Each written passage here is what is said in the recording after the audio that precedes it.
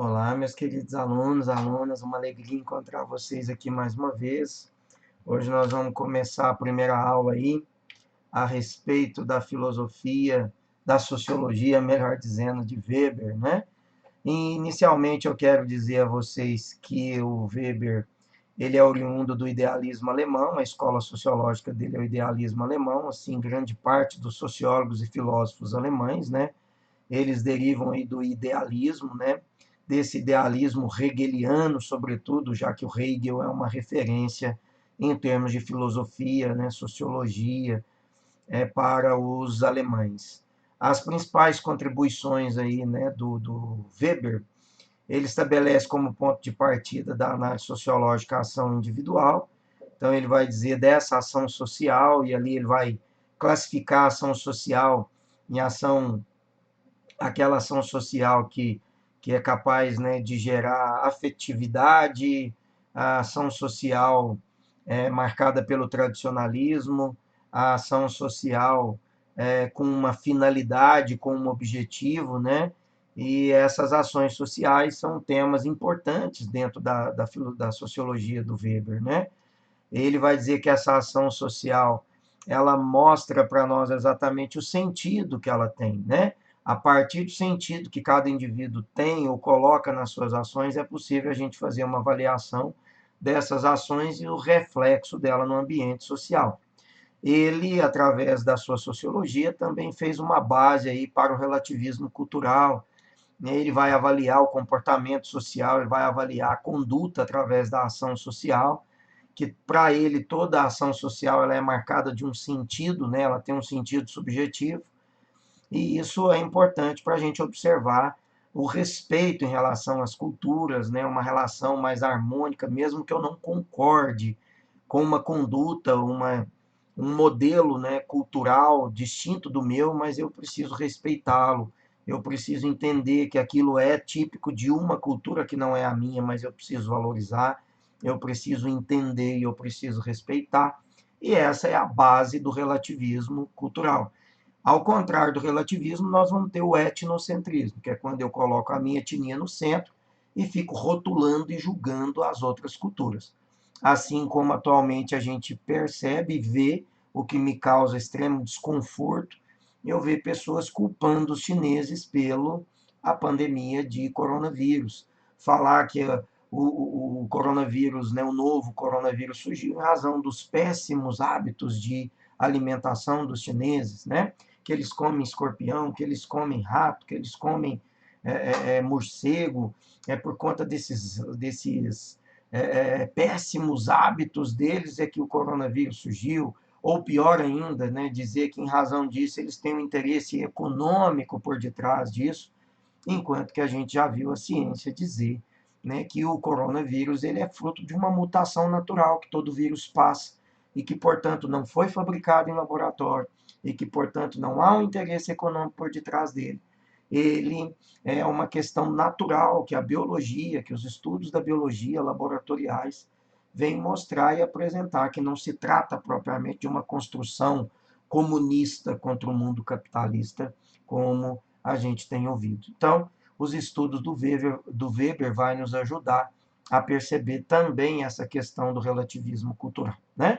E ele critica o determinismo social positivista, porque o positivismo, né, como nós já vimos em aulas anteriores, ele vai dizer que todo problema social é natural. Ele explica todo problema social, toda catástrofe social, todo, toda fome, miséria, desigualdade, né? Tudo isso ele fala que é natural, que não há culpados, não há propriamente uma origem, né, para esses problemas. Isso tudo é espontâneo, surge naturalmente, e a gente deve entender esses problemas como naturais e, portanto, entender que cada um sofre porque tem que sofrer, o outro vive bem porque tem que viver, o outro é rico porque é rico, o outro é pobre porque é pobre, o que é miserável e explorado, entender que ele tem que ser explorado, que isso é uma consequência da vida, já que tudo é natural, né?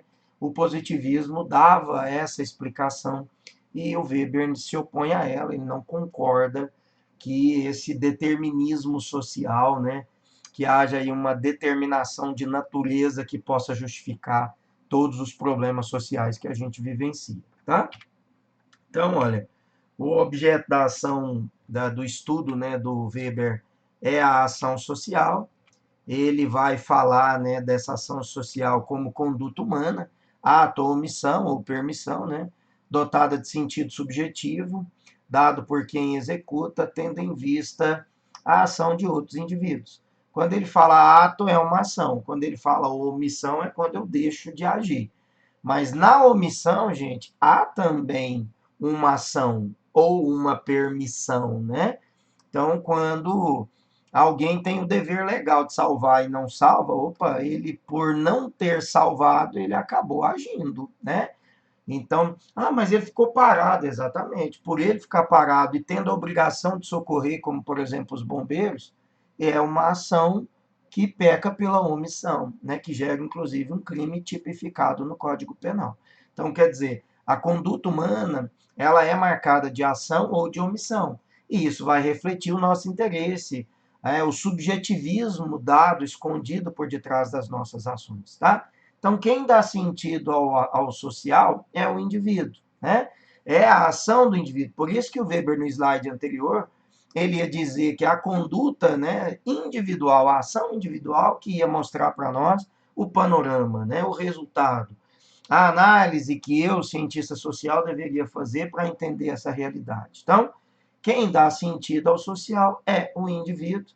As ações sociais são dotadas de causa, de intenção, né, de motivação e de expectativa.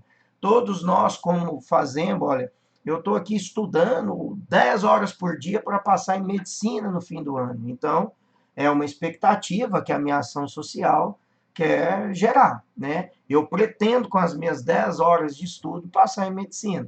Olha a expectativa que gerou, né? Eu tenho uma intenção, eu tenho um planejamento que também gera uma expectativa. E isso mostra uma das características e qualidades da ação social weberiana, tá? Numa total ação, olha, nem toda ação individual ela é social. Não é. Por quê? Porque eu posso dar um bilhete para Maria.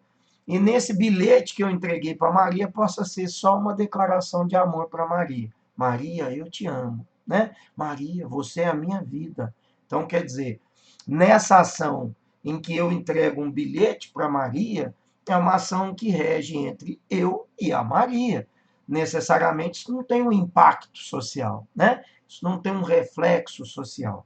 Agora, dependendo do bilhete ou do papel, aí possa ter um impacto social. Suponhamos se o papel, o bilhete ou a carta que eu entreguei para Maria for uma carta de renúncia minha como presidente da República, né?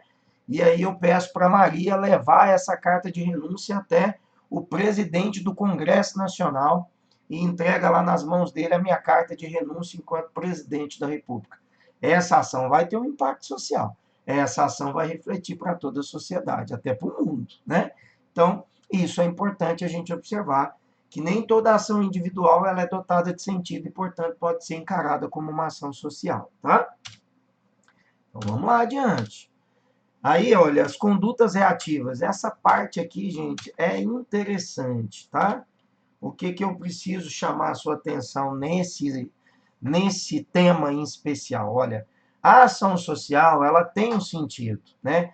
A ação social, ela tem ali um planejamento, uma expectativa, ela tem um sentido, ou ela peca pela omissão. É uma ação social que pode ser tradicional, pode ser afetiva, ela tem um planejamento, ela pode ser motivada só por valores, né? E a conduta reativa? Bom, a conduta reativa não.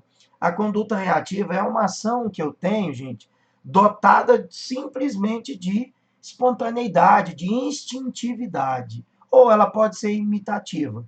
Então, conduta reativa, elas são destituídas de sentido, né? Elas não se conectam com a ação do outro, né? Por isso elas não são ação social. Vou te dar um exemplo e volto de novo na conduta reativa. Te dar um exemplo. Eu tô lá, chego de madrugada na minha casa, morrendo de medo, tô lá para abrir o portão da minha casa, a chave tá tremendo tanto na minha mão que eu demoro mais um segundo ainda para abrir a chave, a porta, né, o portão. Alguém põe a mão nas minhas costas e eu, de susto, acabo batendo nessa pessoa, né, dei um soco no olho dessa pessoa que pôs a mão nas minhas costas. Eu quis essa ação? Eu queria agredir essa pessoa? De maneira nenhuma. Era a minha intenção? De maneira... Eu planejei essa... De maneira nenhuma. Eu tinha expectativa? De jeito nenhum. Então, por que que eu fiz? Porque eu levei susto. É uma conduta instintiva. Tá aqui, ó. Execução provocada por pressão natural, fisiológica, né? Quando alguém está lá morrendo de vontade de ir ao banheiro, passa um segundo, tem lá um obstáculo a mais e ela faz o cocô na roupa, suja toda a roupa, diarreia na roupa. Ela queria isso? De maneira nenhuma. Ela ia passar por esse papel de maneira nenhuma. Ela planejou de jeito nenhum. Ela tinha expectativa? Também não. Por que que ela acabou então fazendo o cocô na roupa, gente? Por uma questão fisiológica, por uma questão instintiva. Ela não segurou, né? Normalmente a gente não segura muito tempo, assim como a gente também não segura o vômito, né? A gente não segura a diarreia, a gente não segura a urina quando você está apertado demais, né? Então, por quê? Porque é uma questão fisiológica, é uma questão natural, né? Então, essa é uma ação, uma conduta reativa homogênea ou instintiva. E a imitativa? Olha o grande exemplo. Eu faço... Então, quando eu espreguicei, bocejei, logo, logo tem um monte de gente repetindo. Logo tem um monte de gente fazendo isso, né? Você já deve ter lido, no mínimo, na Super Interessante, por que que isso acontece, né? Então, exatamente, é uma conduta imitativa. O Weber vem nos ensinar. Então, a gente também realiza condutas assim, ações que alguém faz por imitação, né? Porque a gente acaba copiando. Se tiver alguém, um bloco de pessoas olhando para cima, lá embaixo de um prédio, você passando na rua, gente, querendo ou não, você vai dar aquela olhadinha para cima para saber por que está todo mundo olhando para cima, né? Se você passar numa praça, tiver uma multidão olhando para o céu, tem certeza que você vai olhar para o céu também. Porque isso é uma ação imitativa. Você não planejou, você não quis, né? Você não desejou, você não tinha expectativa para fazer isso. Mas por que que eu fiz? Porque estava todo mundo fazendo e eu também fiz. Então, agora está conceituada a conduta reativa, gente? Então, tá aí, olha. São condutas destituídas de sentido. Elas não se conectam com a ação do outro. Você simplesmente faz por quê? Por uma imitação, por ser homogênea, por ser instintiva. Então, você não quis propriamente o resultado, mas você acabou fazendo, tá?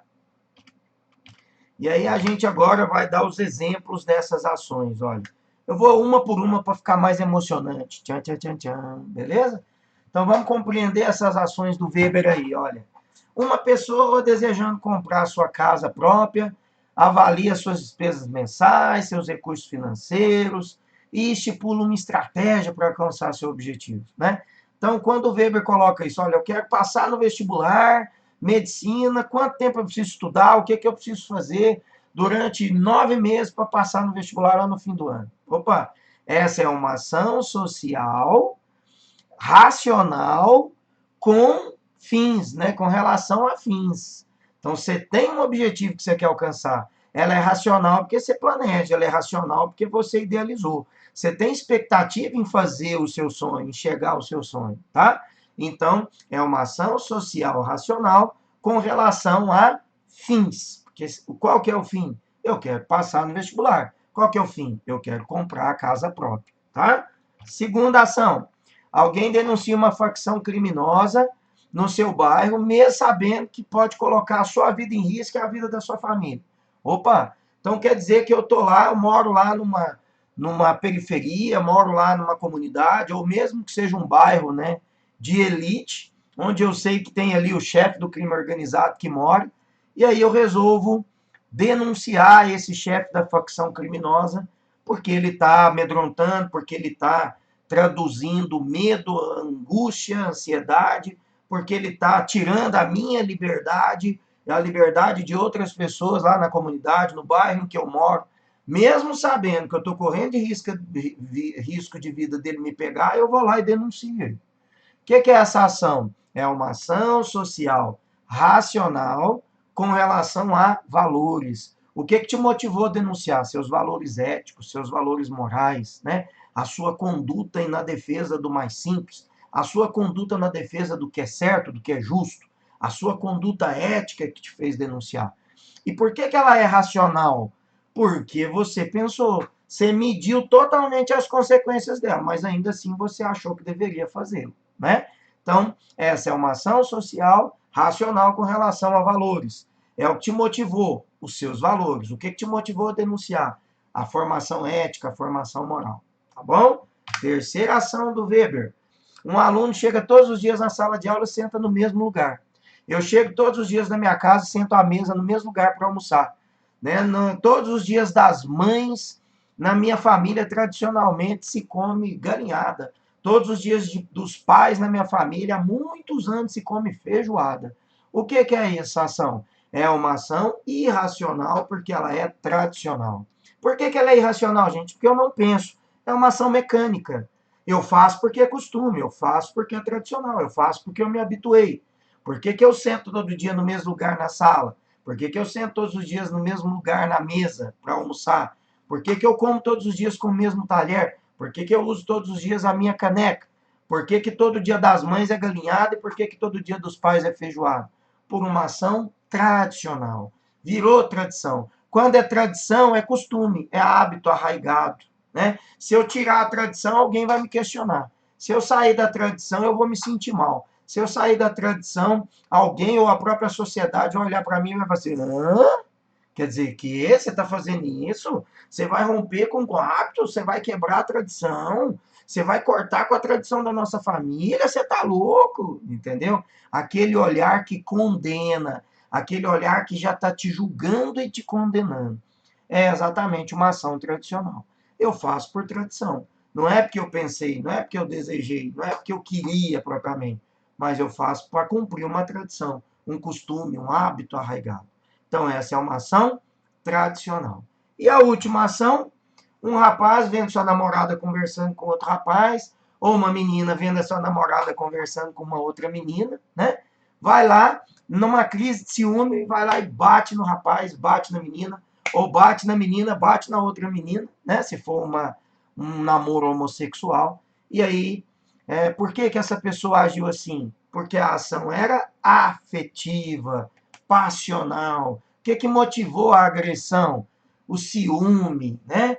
Morreu de ciúme, e foi lá e agrediu. Essa ação é irracional. Por quê? Porque ela é motivada por emoção. Ela é motivada por paixão. Ela é motivada por ódio. Ela é motivada por raiva. Ela é motivada por ciúme, né? E aí você vai lá e toma uma atitude. Normalmente nas ações afetivas, gente, o cristal quebra, aí depois não tem jeito de você voltar atrás mais, não tem jeito de você consertar, tá? Eu tava com ódio, acabei falando desaforo danado para minha esposa, desaforo danado para meu filho, um desaforo danado para minha namorada, um desaforo danado para o meu namorado, e aí? Se ferrou, né? Agora é provável que você não consiga colar o cristalzinho mais, né? A relação se partiu, essa relação de confiança, de amor se partiu. Então, as ações afetivas, gente, elas são irracionais. Porque se ela fosse racional, eu não faria, eu pensava antes, eu media as consequências, né? Como eu não media as consequências, eu tomei uma atitude intempestiva, impensada, fui lá e colhi um mau fruto, e é provável que agora eu não consigo recuperar mais, tá? Então, essa é uma ação afetiva, tá? Tomada, motivada por ciúme. Ó, aqui está as definições das 4 ações que eu já expliquei. A primeira, olha, com relação a fins, que é aquela que eu planejei para passar no vestibular ou comprar a casa própria. A segunda, a ação racional com relação a valores, que é aquela que eu denuncio a facção criminosa, é aquela que eu faço o jejum durante a quaresma, né? Por quê? Porque ela é motivada por valores, né, religiosos, éticos, morais. E as duas irracionais, a afetiva, que é quando eu bato no namorado ou na namorada porque está conversando com alguém, e a tradicional, que é aquela que eu faço por hábito arraigado, né? Faço porque todo mundo fez, como por exemplo, sentar no mesmo lugar na sala, sentar no mesmo lugar à mesa todos os dias, comer galinhada no dia das mães e comer feijoada no dia dos pais. Então tá aí os 4 tipos puros de ação social. 2 racionais e 2 irracionais. Tá bom, gente? Vamos adiante, já terminando a nossa aulinha do Weber. A relação social. O que é a relação social para o Weber, gente? Olha, é uma conduta plural, reciprocamente orientada, dotada de conteúdos significativos e de expectativas. Um conceito parece que difícil, né? Mas eu vou te dar dois exemplos, você vai ver que não é. Então, conduta plural, reciprocamente orientada. Plural quer dizer que é de vários. Recíproco quer dizer que vai e volta. É uma via de mão dupla. Dotada de conteúdo significativo. Tem um conteúdo significativo. Tem uma importância às ações. Tanto para quem fez e refletiu em mim, quanto para mim que refletiu em você, tá? Então, conteúdos significativos, né? E também expectativas, né? Como eu disse, normalmente as ações têm uma expectativa. A gente fica bonito, charmoso, porque tem uma expectativa. Eu vou à festa e faço isso, cultivo o cabelo, arrumo aquilo, passo batom, perfume, a roupa bonita, a camiseta, a camisa da moda e tal. Por quê? Porque eu tenho expectativa, né? Às vezes meu namorado tá lá, minha namorada tá lá, a menina que eu tô afim, o menino que eu tô afim, quem eu quero ficar. Então a gente nutre expectativas. Então as ações sociais, gente, sempre tem nelas uma expectativa. Até aquela que é irracional, que eu chego e bati em alguém. Por que eu quero bater? Para demonstrar minha ira, para demonstrar minha raiva, para ensinar, entre aspas, uma lição para aquele cara que estava conversando com a minha mulher, né?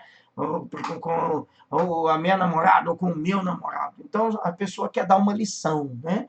Ela quer ensinar aquela pessoa a não se meter mais comigo, né? Então, até na ignorância, até na impensada, até na irracional, ela é dotada de expectativa, tá? Então, vou te dar o exemplo, olha. Vai ter uma festa de 15 anos, bem tradicional na cidade. A Maria está fazendo 15 anos e convida tantas outras pessoas. Beleza. Todas as meninas, quando vai chegando perto ali, proximidade do aniversário da Maria, elas param de frente do guarda-roupa e vai falar: e aí, qual é a roupa que eu vou no aniversário da Maria? Uma festa chique, vai estar todo mundo lá, né? O bofe que eu quero, a menina que eu quero, o namorado e tal. Então todo mundo quer, eu tenho uma expectativa danada com essa festa. E aí a menina, várias meninas chegam na frente desse guarda-roupa já pensando na roupa que irão, né? Se vão ter que fazer uma roupa, se vão ter que, ou se podem usar alguma dessas roupas, né? Do mesmo jeito que tem várias meninas, ao mesmo tempo, reciprocamente, pensando e idealizando a roupa que vão à festa da Maria, gente, a Maria, que é a dona da festa, tem a mesma expectativa em relação aos convidados. Ela também não quer se apresentar mal, ela também não quer dar nenhuma gafe, ela quer marcar a roupa mais linda, o cabelo mais bonito, a maquiagem mais maravilhosa de toda a cidade na festa de 15 anos dela. Então, a expectativa para a festa, né? A expectativa em não desagradar os seus convidados, a expectativa de não desagradar o crítico da coluna social do Jornal da Cidade, que foi convidado para a festa para fazer comentários maravilhosos da festa. Então, olha a expectativa da Maria em relação aos outros e olha os outros em relação à festa da Maria. Isso é reciprocamente orientado. Tem um conteúdo subjetivo, as expectativas também estão inseridas aí, né? Então tá aí.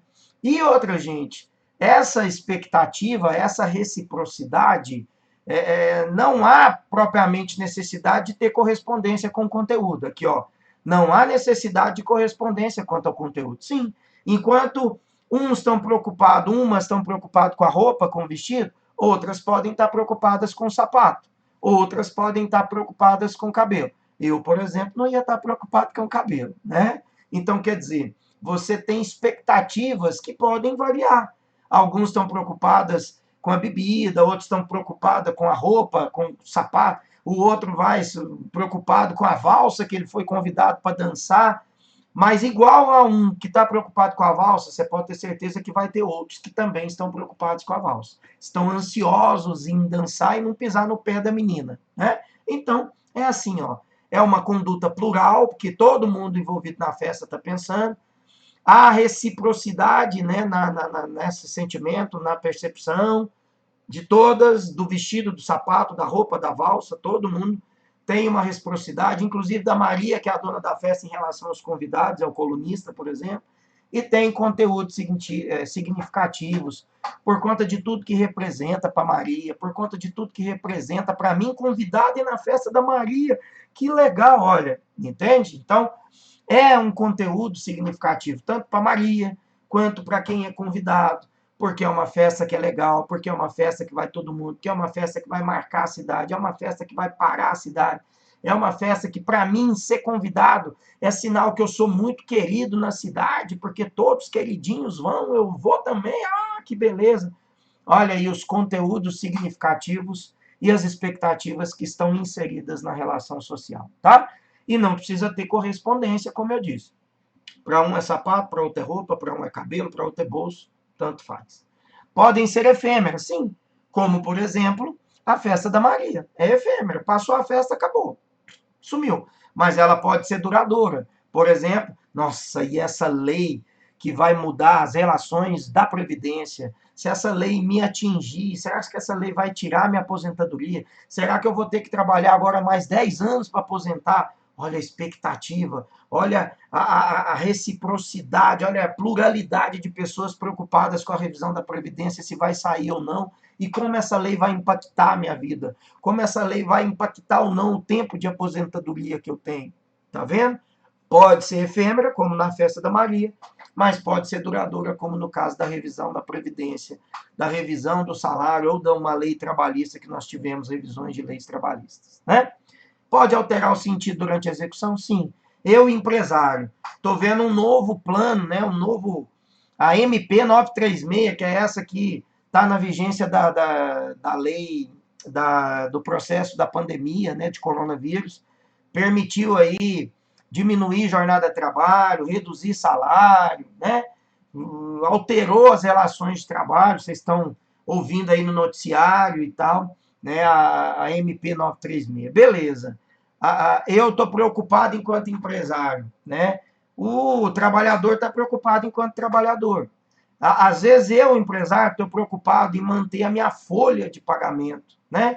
Depois, durante a execução da medida, eu vou perceber, opa, eu não tinha que preocupar tanto com a folha de pagamento, eu tinha que preocupar muito mais era em manter, por exemplo, a suspensão do quadro para que os meus funcionários tivessem saúde. Então, muda durante a execução, né? Iguais a esses planos econômicos, iguais a outras realidades, em que a gente tem pessoas que estão pensando inicialmente de um jeito, depois elas acabam pensando do outro. Elas votam num político X, depois vê que muda a intenção dela, fala, nossa, que besteira, para que eu fui fazer? Tá bom? Então, esse é o sentido. E aí, olha, os tipos puros de relação social, né? As associativas apoia num sentido motivado racionalmente, por interesse econômico, comercial, né? Enquanto ela, ó, caracterizado por impessoal, contratual, comercial, enquanto que as relações sociais comunitárias, família, vínculo, amor, né, proximidade, olha, uma caracteriza por elementos e contatos pessoais. Então, vamos ver exemplo. Associativa ou comunitária? A gente vê que essa daí é associativa, relação econômica, moeda, mercado, caixa, consumo, compra, né, relação social associativa. E essa, né, folia de reis, congado, né, algo ligado à cultura, né, nós tivemos 13 de maio essa semana aí, pode ser o dia do congado ou uma folia de reis, né? Essa é comunitária, demonstra vínculo, participação, união. As pessoas que participam da folia ou do congado, elas têm uma referência de proximidade. Não é um contrato comercial, né, gente? Terceira, olha, você está vendo as pessoas aí numa reunião de negócios, gravatadinha, crachazinho, livros, cadernos, pastinhas. Então, você vê que é uma relação de negócio. Então, associativa, né? Se fosse uma reunião de amigos, eles estavam ali tomando talvez um guaraná, uma cerveja, assando um churrasquinho, ouvindo uma música, dançando, rindo e tal. Essa você vê que é associativa, porque é uma relação de negócio, né? Um curso, um treinamento, alguma coisa ligada ao mercado, ao contrato, às relações empresariais. Quarta, dois irmãozinhos indinhos aí, né? Comunitária.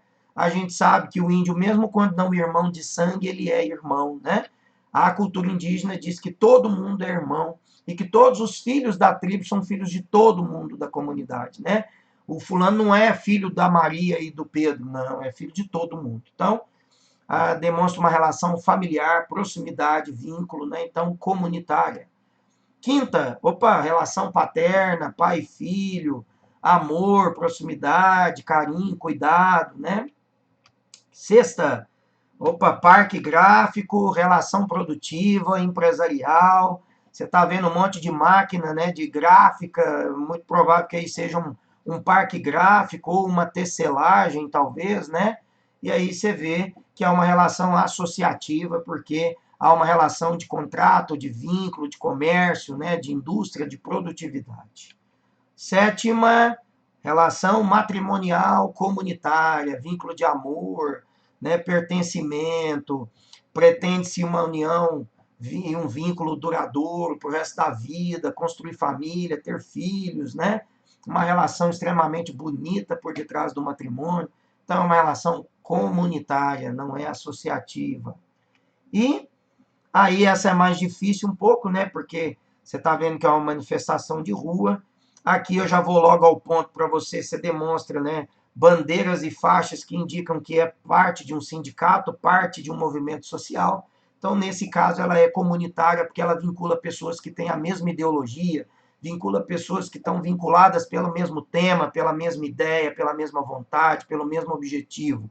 Não é uma manifestação espontânea de rua, que vai quem quer, não necessariamente, né?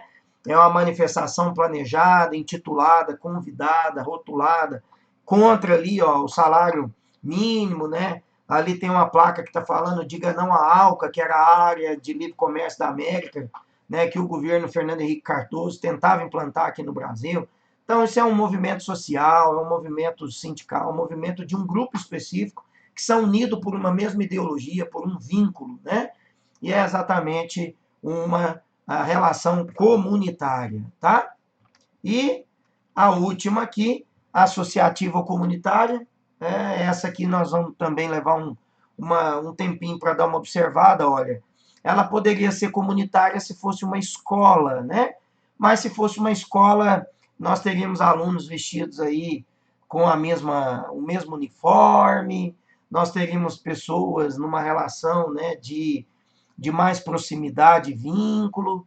Aqui, no caso, nós estamos vendo pessoas com faixas etárias diferentes, o que indica que deve ser uma prova de um concurso, né, uma prova de vestibular, ou talvez uma prova de um concurso público, o que indica que tem concorrência, o que indica que tem relação de emprego, o que indica que há, né, uma relação aí de certo revanchismo ou concorrência, o que a gente pode enquadrar, então, na relação associativa. Tá bom, gente?